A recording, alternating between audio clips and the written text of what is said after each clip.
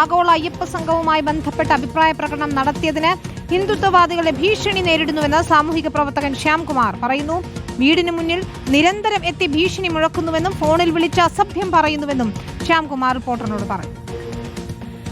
അപരിചിതൻ ഒരാൾ ഹെൽമെറ്റ് വെച്ച് മുഖം കാണാം, നമുക്ക് വീഡിയോ നോക്കുമ്പോൾ ക്യാമറ പരിശോധിച്ചു, അപ്പോൾ അതിനകത്ത് വീഡിയോ കാണാം.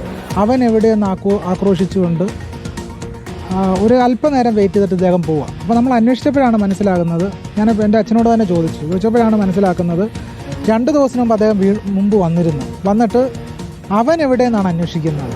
എൻ്റെ കോൺടാക്ട് നമ്പർ ചോദിക്കുകയാണ്. അതിനുശേഷമാണ് വീണ്ടും ഇന്നലെ വരുന്നത്. അടുത്തിടെയായിട്ട് രാമായണ സംബന്ധിയായിട്ട് അതുപോലെ തന്നെ ഈ ആഗോള അയ്യപ്പ സംഗമം നടക്കുന്നതുമായിട്ടൊക്കെ ബന്ധപ്പെട്ട് എൻ്റെ നിരവധി പ്രസ്താവനകൾ പുറത്തു വന്നിരുന്നു. അത് സംബന്ധിച്ചു ഉള്ള തന്നെയല്ല, അത് കൂടാതെ ധാരാളം പ്രഭാഷണങ്ങൾ ഈ സോഷ്യൽ മീഡിയയിൽ വൈറലാണ്. അപ്പോൾ ഹിന്ദുത്വവാദികൾ കുറച്ച് അധികം കാലമായിട്ട് എനിക്കെതിരെ തിരിഞ്ഞിട്ടുണ്ട്. ഇപ്പോൾ ശരി, വ്യക്തമാണ് അദ്ദേഹത്തിൻ്റെയും നിലപാട്.